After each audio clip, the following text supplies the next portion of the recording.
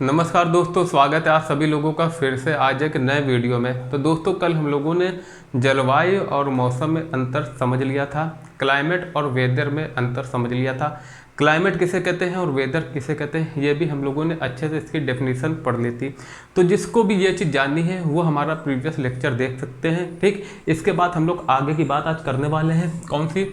आज हम लोग बात करेंगे कि जलवायु को, क्लाइमेट को प्रभावित करने वाले, क्लाइमेट को कंट्रोल करने वाले या गवर्न करने वाले ऐसे कौन से 6 प्रमुख कारक हैं जो क्लाइमेट को गवर्न करते हैं या कंट्रोल करते हैं। तो दोस्तों, उसमें जो फर्स्ट कारण है, जो फर्स्ट फैक्टर है, कारक जो है, कारक वो क्या है? वो है एक अक्षांश, लैटिट्यूड। जो सेकंड है वो क्या है? तुंगता, एल्टीट्यूड। जो थर्ड है वो क्या है? वायुदाब एवं पवन तंत्र या air pressure and wind system. Fourth है डिस्टेंस फ्रॉम द सी, मतलब कि समुद्र से दूरी। फिफ्थ है ओशन करंट्स, महासागरीय धाराएं। और जो सिक्स है वो है रिलीफ फीचर्स, मतलब कि उच्चावच लक्षण। अब देखिए, एक करके सबको अच्छे से समझते हैं। तो जो पहला है अक्षांश, मतलब कि लैटिट्यूड। हम लोगों ने फर्स्ट चैप्टर में पढ़ा था, जैसे ये पृथ्वी है, ठीक, ये हमारी पृथ्वी है। तो जो ऐसे ऐसी रेखा है, जो ऐसे लंबी लंबी रेखा, इसको हम लोग लॉन्गिट्यूड कहते हैं या इसी को हम लोग देशांतर रेखा कहते हैं। लेकिन जो ये लेटी लेटी रेखा है, लेटी लेटी, इसको हम लोग क्या कहते हैं? इसको हम लोग कहते हैं लैटिट्यूड या अक्षांश रेखा। तो हमको यहाँ पर लैटिट्यूड की बात करनी है। अक्षांश का क्या योगदान है? अक्षांश का, देशांतर का तो यूज जो होता है लॉन्गिट्यूड का, वो समय निर्धारण पर होता है। ठीक, समय निर्धारण पे होता है किसी का, अगर समय निर्धारण करना है। ठीक, लेकिन जो अक्षांश है उसका जो यूज है, ये देखिए क्लाइमेट पर, जो अक्षांश है वो क्लाइमेट पर कैसे इफेक्ट डालता है, या एक फैक्टर, अच्छा लैटिट्यूड जो है एक फैक्टर के रूप में कैसे कार्य करता है, जो कि क्लाइमेट पे जो है असर करता है, क्लाइमेट को गवर्न करता है। लैटिट्यूड कैसे है? देखिए, यहाँ पर 23.5 पर क्या है? Tropic of Capricorn, Tropic of Cancer है, कर्क रेखा। और यहाँ पर 23.5 साउथ में क्या है? ट्रॉपिक ऑफ कैप्रिकॉर्न, मतलब कि मकर रेखा, जो कि हम लोगों ने पढ़ लिया था। यहाँ कैंसर, यहाँ कैप्रिकॉर्न, यहाँ कर्क रेखा, यहाँ मकर रेखा। और इसी क्षेत्र में जो है सूर्य का जो प्रकाश है वो लंबवत पड़ता है। क्या पड़ता है? लंबवत पड़ता है। ठीक, तो अब ये जो 0 डिग्री रेखा है वहाँ और ज़्यादा पड़ेगा, ज़्यादा मात्रा में सूर्य का प्रकाश पड़ेगा। तो यही रीजन है कि जो 0 डिग्री वाली एरिया है यहाँ पर बहुत ज़्यादा गर्मी पड़ती है, और गर्मी के कारण यहाँ पर वाष्पीकरण, वेपराइजेशन जो है वो काफ़ी होता है, जिससे यहाँ पर वर्षा काफ़ी होती है। इसीलिए यहाँ पर जो है अमेजान जो वर्षा वन है वो काफ़ी घने पाए जाते हैं, खूब ज़्यादा यहाँ पर विविधता भी पाई जाती है इसी रीजन से। ठीक, तो ये चीज़ आप लोग अच्छे से समझ गए होंगे। ठीक, इतनी चीज़ तो 0 डिग्री पर सबसे ज़्यादा पड़ता है। तो ये देखिए अक्षांश, देखिए कैसे, हालांकि ये सब हो रहा है टेम्परेचर से हो रहा है। ठीक, तापमान से जो सूर्य द्वारा दिया जा रहा है। इसीलिए हमने बात की थी कि जो टेम्परेचर है, जलवायु में जो एक टेम्परेचर है वो बहुत बड़ा फैक्टर है, बहुत बड़ा फैक्टर है जो जलवायु को गवर्न करता है या कंट्रोल करता है। अब देखिए यहाँ पर जो है, यहाँ पर ज़्यादा पड़ेगा तो सिंपल सी बात है, बाकी जगह जो है वो बहुत ज़्यादा जो है, मतलब कि एक तिरछी किरणें जाएंगी किसकी? सूरज की। तो ये वाला जो एरिया है यहाँ पर क्या है? यहाँ पर 66.5 डिग्री में हम लोगों ने पढ़ा था क्या है? यहाँ पर आर्कटिक वृत्त है। ठीक, इस एरिया पर कम वो, मतलब कि तापमान होगा, यहाँ का तापमान कम होगा, मतलब कि यहाँ पर ठंडा इलाका होगा। और हम लोगों ने पढ़ा था जहाँ पर तापमान कम होता है वहाँ पर वायुदाब अधिक होता है। तो इस इलाके में एयर प्रेशर अधिक होगा, वायुदाब अधिक होगा। और यहाँ भी क्या होगा? जितना, मतलब कि अगर जितना हम लोग कुल मिला के एक अगर सेंटेंस में कहा जाए तो लो लैटिट्यूड, ये 0 डिग्री ना, तो लो लैटिट्यूड हुआ, लो अक्षांश, मतलब कि कम अक्षांश से, मतलब कि कम अक्षांश से उच्च अक्षांश की तरफ। ठीक, उच्च अक्षांश की तरफ जाने पर यहाँ पर 90 डिग्री है, जो तापमान है वो घटता है। यही बात यहाँ कही गई थी अक्षांश के लैटिट्यूड की। इसलिए देखिए, अब यहाँ पर तापमान घटेगा तो हम लोगों ने एक चीज़ और क्या पढ़ी थी, अगर टेम्परेचर घट रहा है तो प्रेशर जो है वो बढ़ेगा। ठीक, व्युत्क्रमानुपाती होता है। ठीक, अगर टेम्परेचर बढ़ रहा है, तापमान घट रहा है तो तापमान बढ़ेगा, अगर टेम्परेचर बढ़ रहा है तो तापमान घटेगा। इसलिए यहाँ पर जो है वो टेम्परेचर बहुत कम होता है, इसलिए यहाँ का जो वायुदाब है, एयर प्रेशर है, वो काफ़ी ज़्यादा होता है, हाई होता है। ठीक, इतना ही हम लोगों को समझना था किसमें? अक्षांश वाले भाग में। अब हम लोग देख लेते हैं तुंगता। ठीक, क्या देख लेते हैं? तुंगता का क्या मतलब है? तुंगता मतलब, तुंगता का यहाँ पर मतलब ऊंचाई से है, या है ना, हाइट से है। ठीक, एल्टीट्यूड जो है इसका मतलब हाइट से, ऊंचाई से। अब ये देखिए काफ़ी सिंपल है बहुत आराम से आप लोग समझ जाएंगे। ऊंचाई बढ़ने पर जो तापमान है वो कम होता है, घटता है। ये खाली हम लोग अभी क्षोभ मंडल की बात कर रहे हैं। कहाँ की? क्षोभ मंडल, जो ट्रोपोस्फेयर है हमारा उसकी बात कर रहे हैं, क्षोभ मंडल की, ठीक। बाकी समताप मंडल है ना, और जो मेसोस्फेयर, आयनस्फेयर, ये सब है, इसकी बात हम लोग बाद में करेंगे। अभी हम लोग सिर्फ किसकी बात कर रहे हैं? ट्रोपोस्फेयर की, ठीक। तो यहाँ पर जब हम लोग ऊंचाई की तरफ जाएंगे जो तापमान है वो घटेगा, तापमान घटेगा। इसीलिए हम लोग देखेंगे कि हिमाचल प्रदेश, लद्दाख है ना, जम्मू कश्मीर वाले इलाके में काफ़ी ठंड पड़ती है। क्यों? क्योंकि ये लोग काफ़ी ऊंचाई पे, ये जो एरियाज हैं वो काफ़ी ऊंचाई पर स्थित है। तो बस खाली तुंगता से यही मतलब था, जहाँ पर ऊंचाई ज़्यादा होगी वहाँ का जो क्लाइमेट है, जलवायु है, वो ठंडी होगी, ठीक। तो ये एक फैक्टर था तुंगता। अब इसके बाद जो है, इसके बाद हम लोग पढ़ेंगे वायुदाब एवं पवन तंत्र। देखिए वायुदाब और पवन तंत्र से क्या मतलब है? एयर प्रेशर और विंड सिस्टम। एयर प्रेशर भैया निम्न वायुदाब या उच्च वायुदाब, यही दोनों तो पढ़ना था। अब ये मान लीजिए कि ये अपना इंडिया है, ठीक। ये दो, मान लीजिए दो एरिया है। यहाँ पर क्या पड़ा? यहाँ पर बना उच्च वायुदाब का क्षेत्र, हाई प्रेशर, और यहाँ बना लो प्रेशर। और हम लोगों ने पढ़ा था कि जो विंड है वो कैसे जाती है? हाई प्रेशर से लो प्रेशर की तरफ जाती है, उच्च वायुदाब से निम्न वायुदाब की तरफ जाती है विंड। यही खाली यहाँ पर बात की गई, air pressure and wind system. तो यहाँ जहाँ पर हाई प्रेशर बनेगा, यहाँ से जो हवा है किधर चलेगी? यहाँ से हवा चलेंगी इस तरफ, ठीक, इस तरफ, ठीक, इस तरफ चलेंगी। लेकिन अगर मान लीजिए इधर जब लो प्रेशर का क्षेत्र बनेगा, ठीक, और इधर हाई प्रेशर का क्षेत्र बनेगा, तो इसके बाद क्या होगा? जो हवा है जो इधर से इधर चलेगी। पहले जो, अगर देखिए जिस क्षेत्र में हाई प्रेशर बनता है, उच्च दाब बनता है, वहां से हवा चलती है। लेकिन जिस क्षेत्र में लो प्रेशर बनता है उसकी तरफ हवा चलती है। बस इतना सा अंतर है एयर प्रेशर, मतलब कि इतना सा कहना चाह रहा था ये air pressure and wind system. बाकी इसमें पढ़ने को तो बहुत कुछ है, वो भी हम लोग पढ़ेंगे, ठीक, धीरे धीरे सब कुछ पढ़ेंगे, कवर करेंगे। अब बात कर रहा है समुद्र से दूरी की, डिस्टेंस फ्रॉम द सी। देखिए ये क्या कहना चाह रहा है? डिस्टेंस फ्रॉम द सी का क्या मतलब है? हम लोगों ने कल एक चीज़ पढ़ी थी कि दिल्ली में गर्मी में काफ़ी गर्मी पड़ती है और ठंड में काफ़ी ठंड पड़ती है। लेकिन केरल वाले एरिया, गोवा, मुंबई है ना, यहाँ पर क्या होता है? बहुत ज़्यादा अंतर नहीं होता। तापांतर जो कॉन्ट्रास्ट है ना, जो कॉन्ट्रास्ट जो अंतर है वो है बहुत ज़्यादा नहीं होता, ठीक।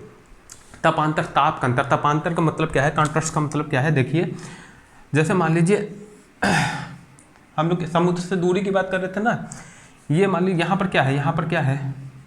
यहाँ पर दोस्तों अरेबियन सी है, समुद्र है। यहाँ पर केरल है, ठीक, यहाँ पर केरल है, यहाँ गोवा, मुंबई मान लिया, ठीक, महाराष्ट्र। तो क्या होगा दोस्तों, ये वाला जो इलाका है यहाँ पर, और यहाँ पर मान लीजिए मध्य प्रदेश मान लीजिए, यहाँ पर दिल्ली मान लीजिए, ठीक। अब दिल्ली में क्या होगा? दिल्ली में गर्मी में बहुत ज़्यादा गर्मी पड़ेगी। ऐसा क्यों है? ऐसा क्यों है? हमने कल एक थाली में पानी वाले उदाहरण से आप लोगों को समझाया था, ठीक। वो आप लोग देखना, कल का वीडियो आप लोग जरूर देखना, आपको ये चीज़ समझ में आ जाएगी। यहाँ पर जो है काफ़ी गर्मी में काफ़ी गर्मी पड़ जाती है, लेकिन यहाँ पर नहीं। यहाँ पर जो है, यहाँ पर गर्मी में काफ़ी गर्मी नहीं पड़ती। ये मतलब कि एक चीज़ समझ लीजिए, गर्मी और ठंडी में बहुत ज़्यादा अंतर नहीं होता है। अगर मान लीजिए गर्मी में यहाँ का तापमान 30 होगा तो जाड़े में 20 होगा, लेकिन यहाँ पर जो है ये काफ़ी अंतर आ जाता है। दिल्ली में क्या होता है? गर्मी में 48 डिग्री सेल्सियस हो जाता है और जाड़े में को घट के 4 डिग्री सेल्सियस हो जाए, मतलब कि अंतर कितना आ गया? 44 डिग्री सेल्सियस का, जो काफ़ी तापांतर है। तो वही बात कर रहा है कि समुद्र से दूरी के हिसाब से भी जो है वो जलवायु में अंतर आ जाता है, ठीक, जलवायु में अंतर। तो ये चीज़ हम लोग समझ सकते हैं। जो समुद्र से पास होंगे जो समुद्र से पास जो क्षेत्र होंगे उनकी जलवायु अलग होगी, है ना, उनकी जलवायु अलग होगी। लेकिन जो समुद्र से काफ़ी दूर होंगे या कॉन्टिनेंटलिटी, देखिए महाद्वीप, इसी को क्या कहते हैं? महाद्वीपीयता कहते हैं। क्या कहते हैं? महाद्वीपीयता या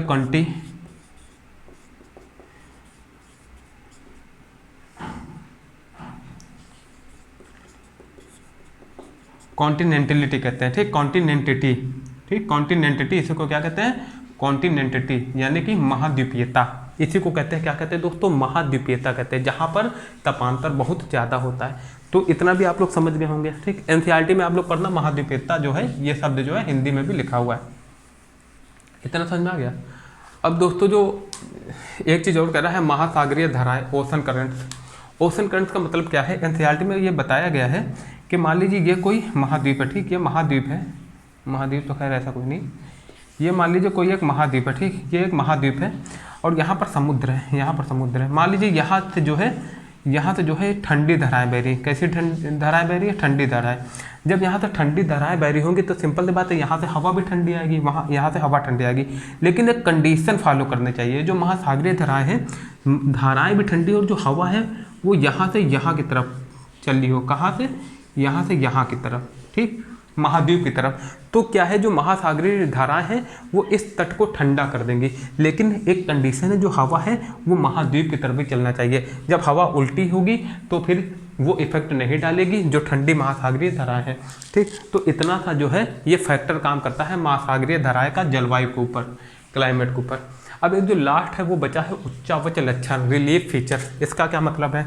देखिए, हम लोगों ने अभी कुछ 1-2-3 दिन पहले पढ़ा था एक वीडियो में, ठीक।